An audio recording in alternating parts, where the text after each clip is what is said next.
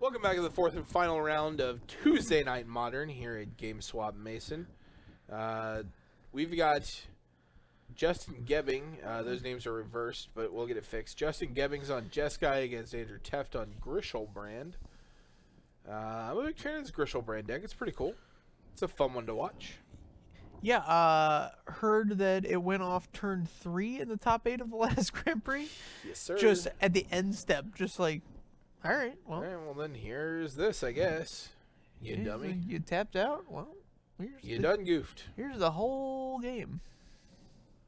Draws the Goryo's Vengeance off the top. What is this? Is this accurate? I see blue cards. Does this deck play blue cards now? Yeah. Got to set up that combo. We're on Grixis. Okay. Don't actually need green mana for anything, but we do have some green cards in the deck. Okay, so there's just the Shining Shoals and the, or not Shining Shoal, Nourishing Shoal. Get it straight. I should sort my shoals. You should sort your shoals. That is absolutely true. Turn 1 Serum Visions. Let's set up a combo, boys. Borborygmos to the grip. Nourishing Shoal. Serum Visions on top. Man, I think we're going to keep that Nourishing Shoal there. Yeah, probably. Nope. Since we have Borborygmos, right? Might be discarding it now. Is that how that works? Or does Nourishing Shoal exile the card? It exiles it. Sure. So we can't exile a Borborygmos with the Nourishing Shoal. We need that card to win the game. I believe he's got to chart the course in hand. That's an exciting one out of Ixalan. Yeah, draw 2, discard 1, right? Yeah. There you go. It's like the best catalog ever.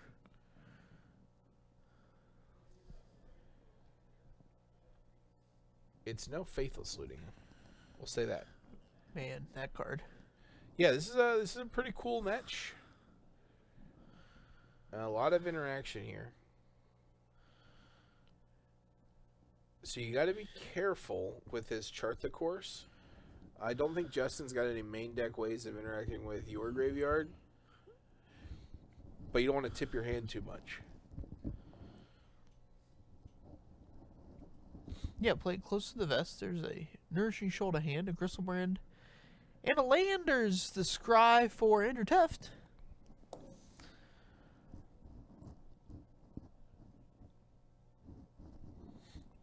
Definitely want that Grisslebrand. Yep. To say an additional Serum Visions. Yeah, we'll just look at all of the serum. I think the flavor of that card was that the Videlkin drink this serum in order to gain knowledge. The Blinkmoth serum. Yeah, you're right. The Videlkin drink the Blinkmoth serum to gain this knowledge, right? And then they have visions. I think they were hallucinating, but yeah, one of those. Sure. Draws another Nourishing Shoal. It's not what he wanted to see, but I don't know that it matters too terribly much.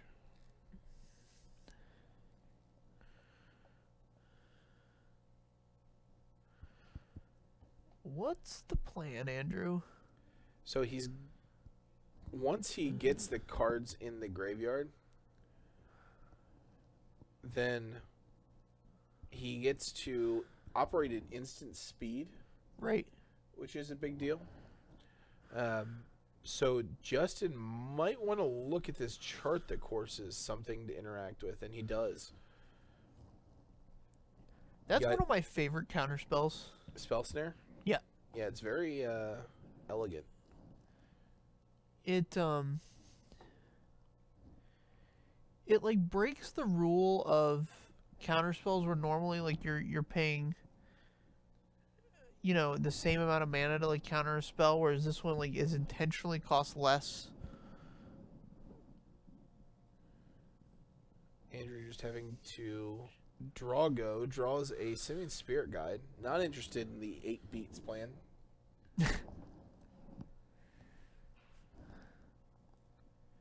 I will say I have gotten there before. I'm like, all right, well, here's the Simian Spirit Guide. We're all in.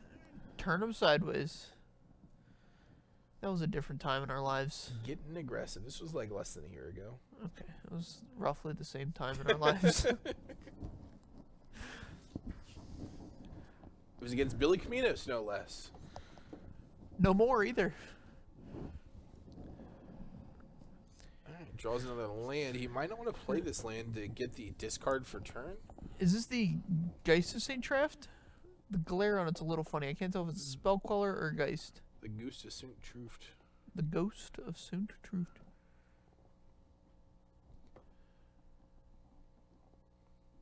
We'll see if it generates. It is. It is. I can see the WMCQ foiling in the text box. I am behind on those. I need some help there. Oh, he's splicing onto Arcane. That is beautiful. Is a not often used keyword. Splice onto Arcane. Logic Knight for 1. Oh, and the Spirit Guide gets him. Pays it. Yikes. Wonderful. Wow. So first off, Andrew's going to gain, I think, 8. Okay. Gets a Grisslebrand back. Uh-huh. Moves to blocks, but not before he gets pathed. But who cares? I'm going to draw like 40 cards here. All right. And Justin with just 2 mana left after that exchange. Well, the question is, I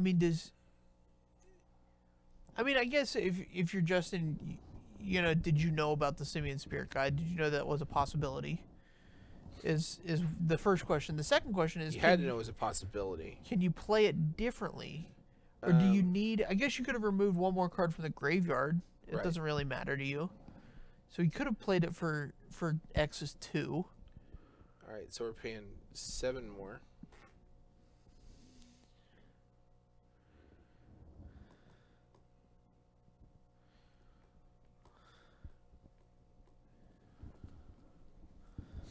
And now we just have all the cards in hand.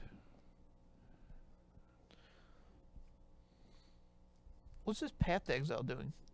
Is it targeting the Grisslebrand? Yeah, it's on the stack. The big grizzly boy?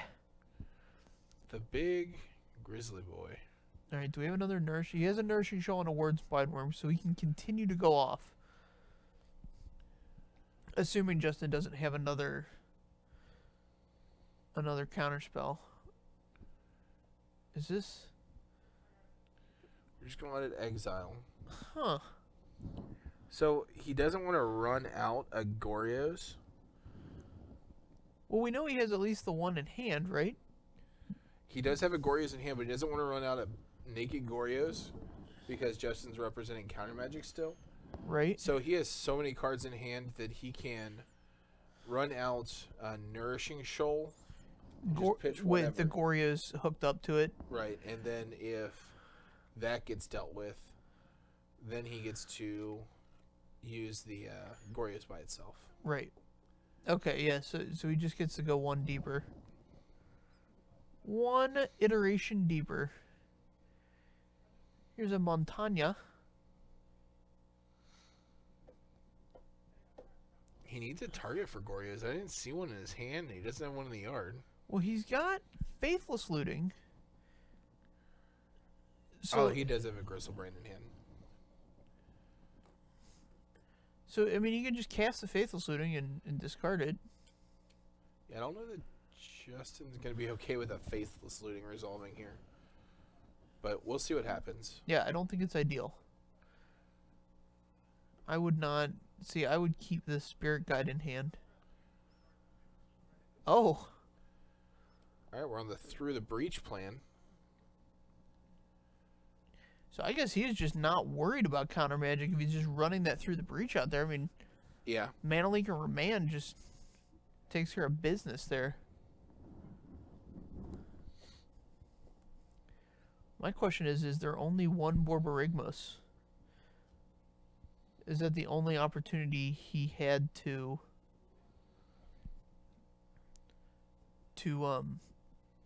put that end of the combo together. I don't know the deck list exactly. Got another Grisslebrand there.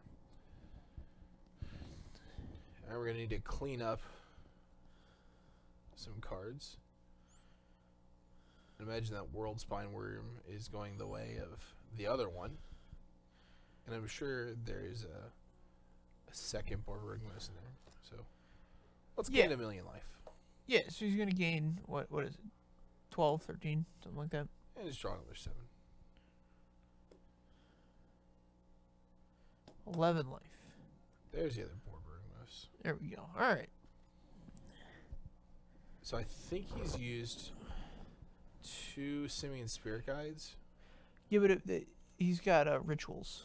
Oh, he's got rituals. I only see the one, but just pay more life. Like, that's the thing about the deck, is like you're either gonna hit the rituals or, you know, pay a bunch of life to get your deck in your hand. I think Justin has a Spell Snare in hand. So if he has less than 7 cards and he activates Grisslebrand, he's dead. He loses the game. So. All right, so we have 2 here. Oh man, that's pretty brutal. There's 2.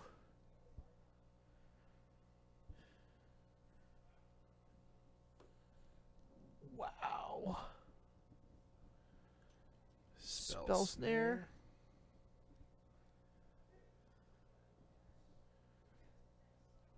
Oh my.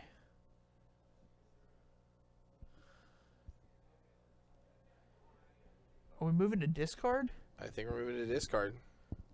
Oh boy. Oh man, this makes me nervous. Lands and Goryo's Vengeances are the cards we keep, because he has to be able to bring back this Borborygmos. He has no deck left. He has drawn Exaxes.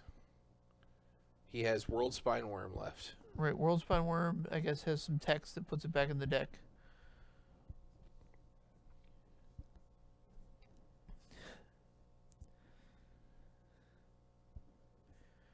This is why I love Magic. Like, I mean, this deck plays cards that you just aren't going to see anywhere else. Sure. And so, like, you know, you dig deep enough into this vast modern card pool and you pull up big bad boys like World Spine Worm. Big bad boys like Borborygmos. Yeah, Borborygmos. Big bad guy, Borborygmos. All right. And you just do. I mean, this is totally off the wall. Goryo's target Borborygmos.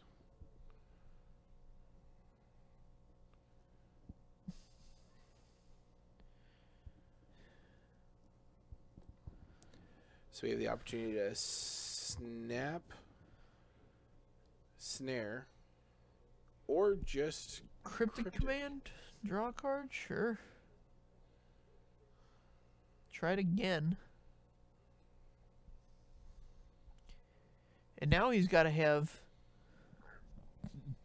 Now he's got to have enough lands in hand. What, Borborygmos still has 3 per land? Yeah, but it also gains haste here, and I think an attack for 7. It's a 7/6, I believe. Justin's going to go to 12.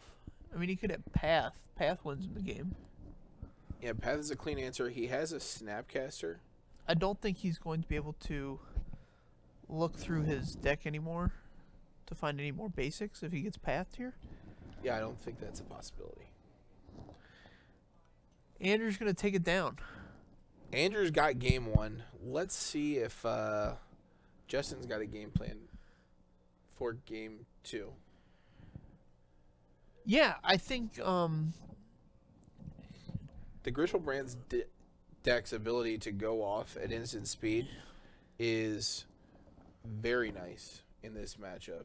Yeah, because if he gets the Nourishing Shoal, splice the Goryo's Vengeance onto it. Oh, that was a nice one. Yeah, no, I think that's the whole power of the deck. I think that's a great, you know, because then Justin has to counter that if he doesn't want to die. Correct. And he counters it, but he knows he still has the Goryo's Vengeance in his hand. Splice on Arcane's a fun one. It's very insular in that it only plays well with, you know, it's a block that it existed in. Correct. But I wish they would have done it more. It was one of my favorite mechanics back then. In Limited, it was super fun. Oh yeah. Like drafting that deck in Limited, like you could draft either the burn deck or the mill deck with the Splice on Arcane, and it was just the best. Mill deck was infinitely better, but yeah. Yeah. Well, the burn deck was a control deck. You would splice Glacial Ray onto your. Oh, I understand. Onto your blue cards. But like the mill deck was just so fast. Like you just died. Yeah, it was like turn 4 or 5, and you're just dead. Yeah. In Limited, which is very, very powerful. Especially like a not very powerful set like Kamigawa was. Yeah. The premium aggressive creature was a Goblin Piker. Sure. I theorize how they could have fixed that mechanic to make it more wide. Like you could splice onto specific card types. Yeah. Or you could splice onto specific casting costs. Sure. Sleepy Bear 1212, thanks for the follow. Oh, Sleepy Bear. Hey, it's about to be springtime. About to wake you up. Go hunt you some salmons. Anyway. I think a Sleepy Bear is hibernating. All right, well, it's your opinion, man. It's like your opinion, man. I don't know that that's an opinion at all. That's an opinion. When I say this makes me think of this, yeah, it's an opinion. X makes me think of Y. Is Farrell on Bloodbraid Elf Jund? I can't imagine him not being on Bloodbraid Elf Jund. Yeah, that guy will play. That guy was on not Bloodbraid Elf Jund, so yeah. Can't imagine you don't just throw Bloodbraid Elf in there. I don't know for certain, but I think Farrell runs the Cincinnati area Jund group. I wouldn't be surprised. I think he wrote an article about it on toptechproductions.com. If you want to check it out. Yeah, I'm sure our spotter will fire that link into the chat right and meow. And I'm sure our spotter will cut to the overhead right about a meow. Oh, man, there's an answer. Well, there's two answers. Two of the same answers. Jeez. That always feels bad. Like, oh, you drew all your sideboard cards. Great. Wonderful. Yeah, this is where I think the new Modern with Jason it is going to be different. Yeah? Like, the sideboard cards in today's Modern are just backbreaking. Backbreaking. I think the type of deck that's going to exist with Jason the format is going to be a lot more resilient because you won't be able to play... You'll still be linear, you'll still be affinity, which is linear, yeah, but it won't be as direct. So those super linear decks are always going to have, like, silver bullet sideboard cards that just wreck them. Like, that's not going to change. Right. Like, if you think Jace is going to make people stop playing Stony Silence, I got some bad news for you. Yeah, play all your Stony Silences. Bring them on. Bring them on. Let's go. I'm not scared. I ain't never scared. Scared of nothing. All right. The real question here is, does Andrew Tefft have a way out of this oppressive relic lock? He's going to have some time to set it up, it looks like. When he was searching for a land off of a fetch earlier, I didn't see any artifact removal. Love to see like a Pithing Needle. Yeah, Pithing Needle would be nice. So we know the deck can go off at instant speed. And so what my plan would be if I was playing a deck that can go off at instant speed is to put 2 iterations of the combo in my hand, which is very, very possible. Yeah. And do it in response to, but the problem is Justin has 2 relics. Right. I think Andrew might be so you have to planning on leaning on this through the breach aspect of the combo. Sure. Like through the breach, a World Spine Worm? Yeah.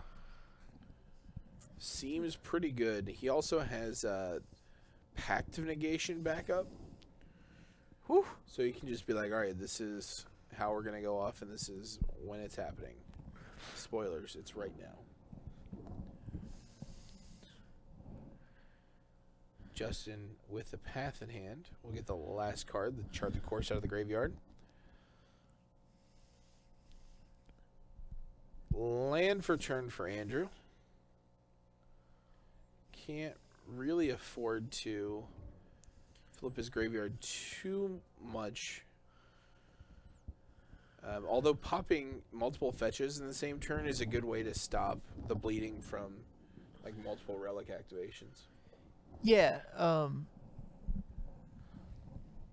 mean, I'm sure Justin's not going to tap all the way out at any point. You know, Correct. Unless it were to give him like the 100% for sure lock up, no possible way out win. Right, or unless he's got a sick counterspell hand and just knows that he can stop it.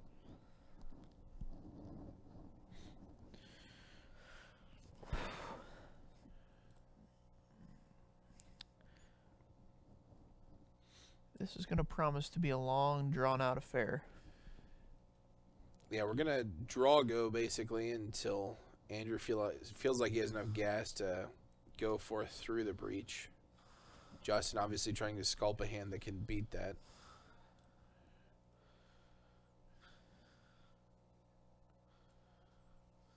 Alternatively, Andrew...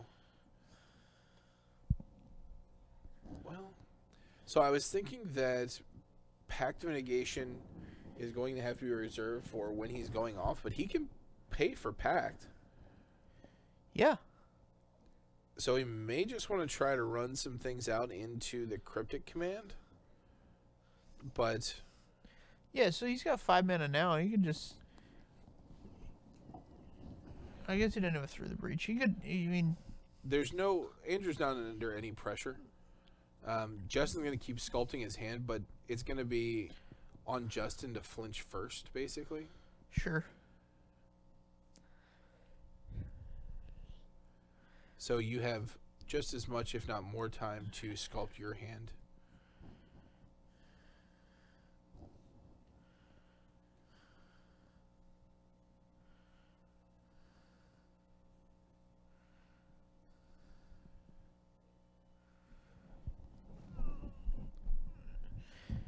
And more draws and goes, more land playing. Justin misses there. Yeah, Justin missing a land drop is a big deal. What card is that?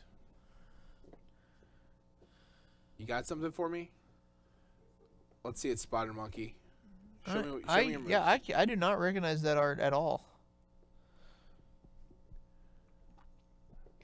Justin getting down the Snapcaster Mage, which in this kind of board position is basically turning the heat all the way to 100. Heat is not at 0. What do we got here? Here's whatever this is. Is this it's a splice onto arcane spell. It's an arcane spell. That you can splice onto. Is that the one that deals 1 damage to each opponent? Like Shuriken Toss or something like that? Oh, jeez. It's going deep, but I like it.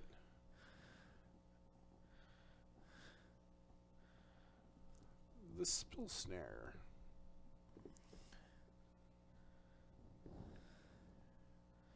Oh, it's a Desperate Ritual. Oh. Okay, that's an interesting Desperate Ritual art. What set is that from? It should tell you. It should have a 3-letter. Oh, it's the Dual Dex one. Thanks, Spotter. Nice. That's a nice Desperate Ritual art. Very colorful. Sure. Billy Camino's also with the assist in chat. Desperate Ritual. Shout out to Bill Caminos. Looking forward to all your combo decks coming in the new modern format. Let me know. I've heard some spice coming from Billy Caminos recently, so looking forward to seeing how that pans out.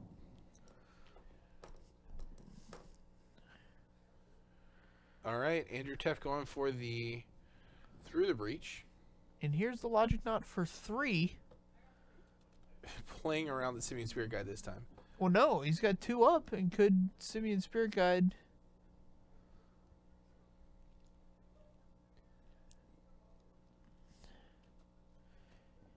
So Justin or Andrew could pact this. Logic not. I think he was trying to get a cryptic command there, and the fact that he didn't means he is not interested in pacting. I wonder how good just resolving Grisslebrand is. Probably. I mean, if you're resolving your Grisslebrand, probably pretty good. I'm just saying that can be that's a legitimate thing a person could try and do. Yeah. Or just resolving this Borborygmos. That is not a reasonable thing to do. Well, considering his deck doesn't make any green mana anywhere. Yeah. He might have Manamorphose. He does have Manamorphose. Okay, so he could theoretically do that. He really wants a Nourishing Shoal here. That buys him so much time. Yeah, and it buys him like iterations of... It's a replacement effect. So if it says, if it were instead, the imperative word here is instead. All right, we've because instead means given it doesn't go to the graveyard at all. Let's pull up a World Spineworm here.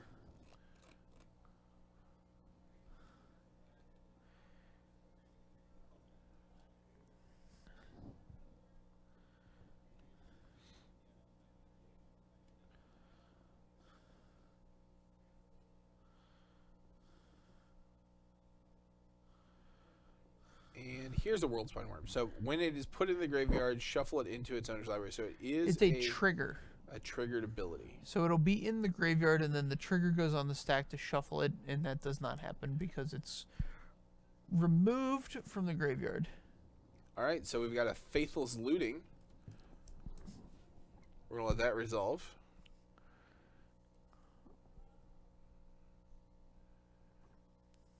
So Andrew's got 2 Goryo's Vengeances in hand. He could force Justin. Hang on, 1, 2. Yeah, so he has 3.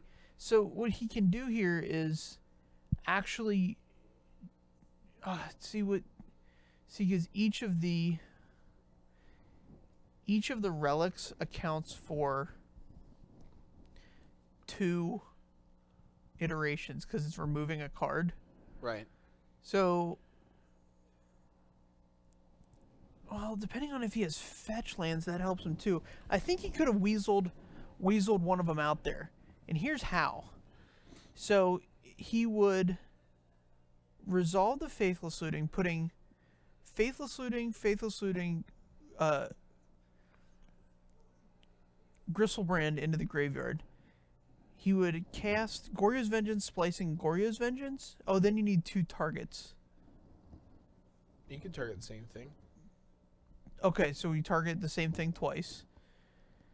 Justin pops 1 relic. You then cast a Goryo's Vengeance in response. He pops the other relic.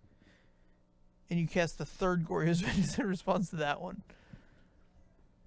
So that's 4, 5. It's 6 mana. 7, 8. No, It's 8 splice mana. cost is 4. Oh, it costs 4 to splice that bad boy? Okay, okay. I was overestimating.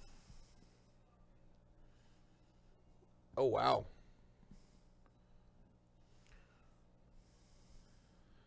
Andrew with Here's Grisslebrand. hard cast Grisslebrand. Can't imagine this one is going to Yeah, this is end up in play. Pact of Negation? absolutely not. Oh, just in his negate. Yeah, he's got negate for days. Oh, so he doesn't want to negate the pact. He wants to make Andrew pay for it, I guess. So he's deciding whether or not he can play a different counterspell here.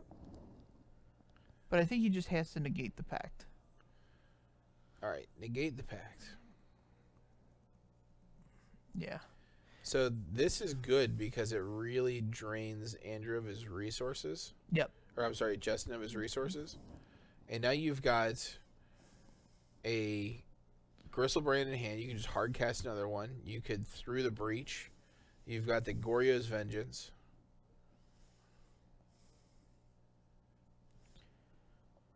Huh. Yeah, you got all that stuff. You got a lot of different options here. Let's see what Andrew can piece together. You want to ignore that Serum Visions. Yeah, I don't think Serum Visions is on the menu now. This is your operative turn. Yep. Of note, Andrew is at 5, so he can't activate Grisslebrand. Interesting. Yeah, that's the truth.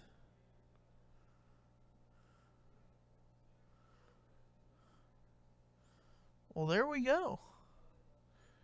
Look at you. Justin's got multiple paths. He's planning on leaning on that, I think. See what Andrew does here.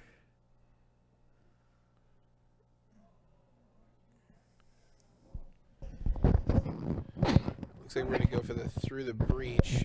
With the mana that we have, we might just want to Serum Visions first to see what we can get. Because if we can get a Nourishing Shoal here, that's a big game. Yep.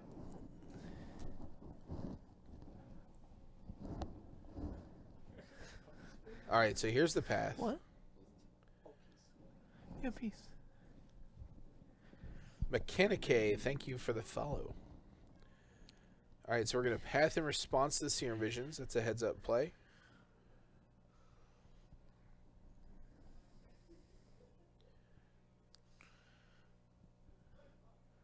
I love how Justin's path is just attacking.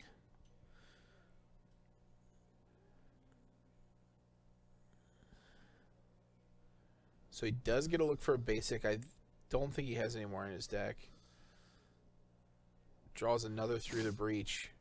There you go. That's pretty good. He's dead next turn, of note. If he runs that out there, though. Yeah, Justin's got this colonnade here. Right on top of that beautiful Guru Island. And he did not run out through the breach.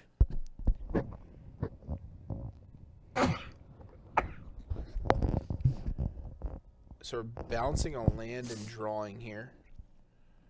Oh, man. Yeah, this game was really hard for Andrew to navigate. Yeah, the turn 1, turn 2 Relic of Progenitus is pretty rough.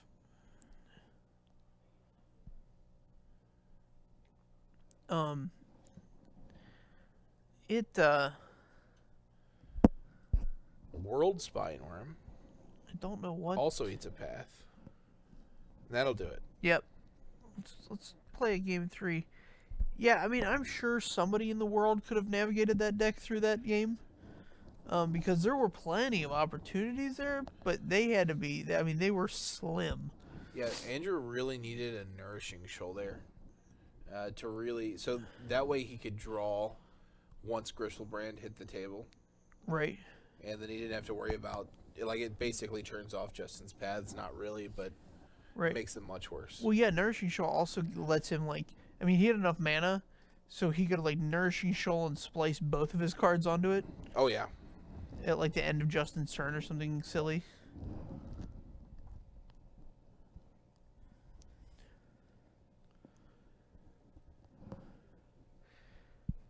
Big game 3 here. Big game 3 indeed. I wonder if Justin has like the full 4 relic. That would seem excessive. Right. The only deck I know that plays 3 is the Eldrazi-tron deck, because you play like 2 in the main. Mm-hmm. Just because it's like it's a very good catch-all and it cycles if you need be. Like you just need cards that you can rotate through if you don't need them. So I'm gonna shift gears here a little bit because I feel like gears have been shifted. I feel like this is the end of an era. The end of an era. Okay. I feel like we're gonna want to look back on this Modern as it sits today and take a snapshot of it. Like, Okay. we want to have that perspective. All right. What will you remember looking back when we're, 2, 3, 4 years down the line? You're like, oh, remember right before Jace got unbanned, like what it was like. I feel like people are going to forget what it was actually like and just remember the highlights. Be like, oh, there was that cool lantern deck, or oh, that was, Tron was so oppressive, or Sure. Yeah, I don't think it's going to change so appreciably that like the highlights are technically going to change, or the like metagame's going to change that much. yeah. I mean, it's a couple new cards, but I don't think it's going to spawn any major new archetypes. I think we're just going to see like some different lines because of these cards. So I agree with you that it's the end of an era, because these are two cards that were banned explicitly for power level reasons. Right. And now they're like, okay, well, Well, I feel like Jace was a sacred cow. Like, he's been banned since the beginning of the format. absolutely. And now the format has reached this build-up of power level to where we're at the point where, like, all right, you know what? Jace is kind of on par with what's going on in the format. It's kind of like a line in the sand. Billy's memories of this format are Sacred Bloom and Second Sunrise were banned, and the format was terrible. That's so Billy. To be fair, Billy, like, were either of those decks even fair? Like, the Eggs deck, I remember being able to be played through the best hate, and you could still win. Yeah. It wasn't easy. Like, you had to be skilled at the deck to do it. But, yeah, it was beatable for sure. I don't think it had to be banned on, like, a power level reason. But the reason they banned it made sense. It produced unfun Magic the Gathering tournaments. It just extended the time of every round by so much. Just like one person playing Eggs. Yeah.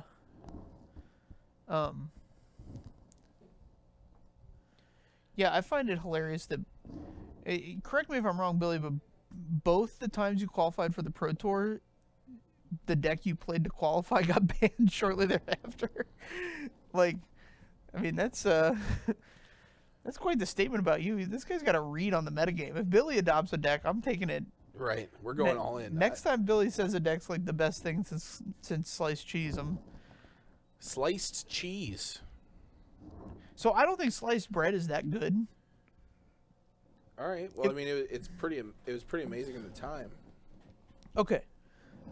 But I think like the think about like the craft single, like how important that little Craft single is garbage. You're Like, garbage. Complete and utter garbage. It's not even cheese, man.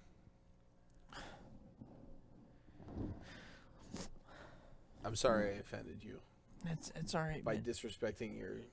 No, literally your cheese literally products. everything in food that I like, you don't like. Well, I mean, if you like processed cheese, I think American Substitute. cheese is like part of the fabric of America. Like, have you ever had a hot brown? Like a Kentucky hot brown? yeah. I mean, that American cheese on there that, like, you just put it in the broiler and it just melts over everything. What kind of cheese? American cheese. American cheese. Andrew does have the Nourishing Shoal, but much less gas this game. Luckily, as we saw last time, he has infinite time to set this up. Yep. I mean, basically is the amount of time it takes for Justin to find and play a Relic of Progenitus. Sad but true. Draws the Grisslebrand, though. That is not a small game.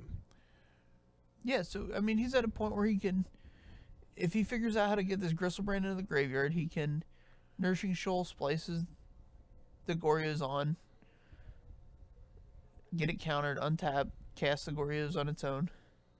Yeah, he needs like a World Spine Worm or even like a Manamorphose to really do that. Well, he's got the Borborygmos, which isn't the ideal partner for the Shoal, but works in a pinch, as we saw in Game 1. filling up that graveyard. Justin's hand looks pretty good. I think I saw double Cryptic Command Spell Snare. And so this being turn 5 with his 5 mana out there, could set up a little bit of a blowout by being able to play both. Yep.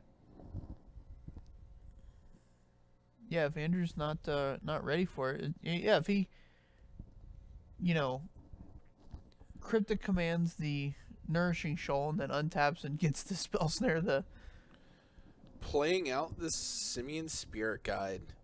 Here we go, boys. It's time to go ape. Yep.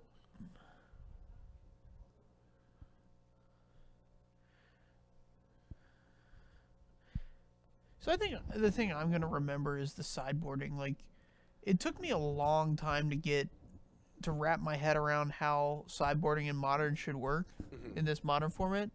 And I just don't think it's ever going to be the same. Yeah, it's fair. There's another one.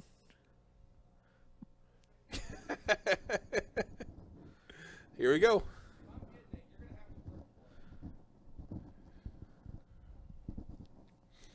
I think a lot of cool cards got to see play due to the intense sideboarding. Sure. There was a lot of sideboard spice that we got to see. Yeah. And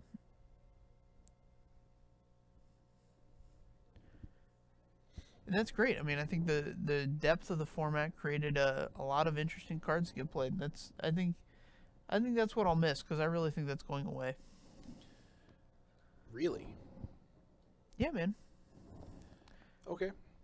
I mean, we'll see. I just don't... Maybe I'm underestimating the impact that these cards will have, but I mean, they're certainly powerful.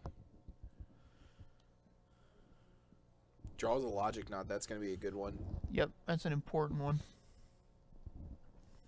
I think Justin could have taken down game 1 had he added one more to that Logic Knot. Yeah.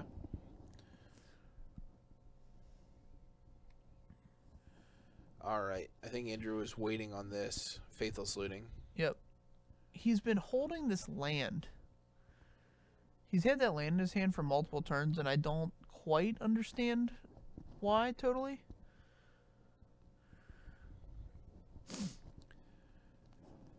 So I think he's realizing that the odds of him getting a Borborygmos into play, or I'm sorry, a Grisslebrand into play and being able to attack with it multiple turns is pretty slim. Okay, so now he's going to Nourishing Shoal, Splice, untap, try hard.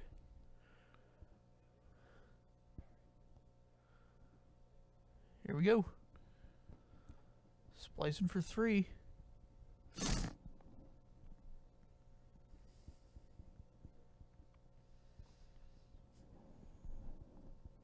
All right, looks like we're going to try to gain 8 and get back a Grisslebrand. Justin with...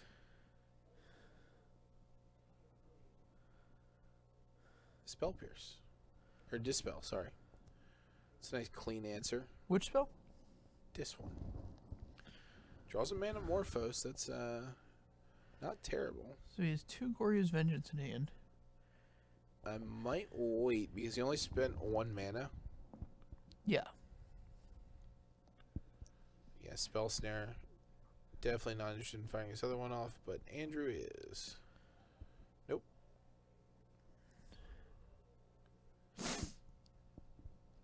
Yeah, Justin with all the cheap counter spells.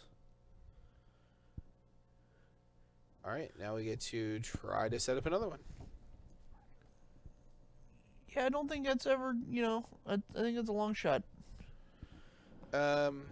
Yeah, so you've got a lot of filtering with a Faithless Looting in the yard and another one in hand.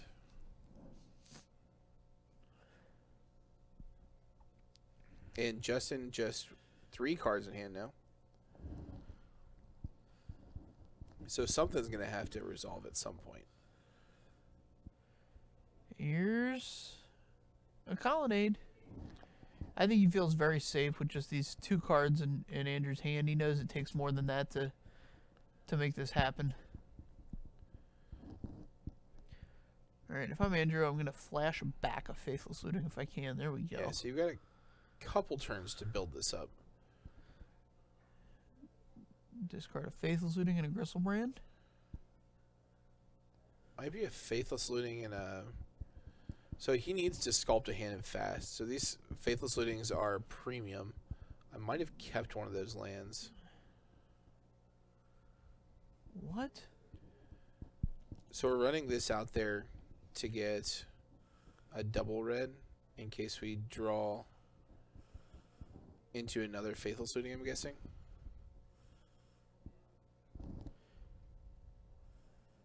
Nope. I'm unclear as to what the thought process was there, but I'll trust Andrew. This deck is Andrew intense. Down to 5. It's got to be this turn.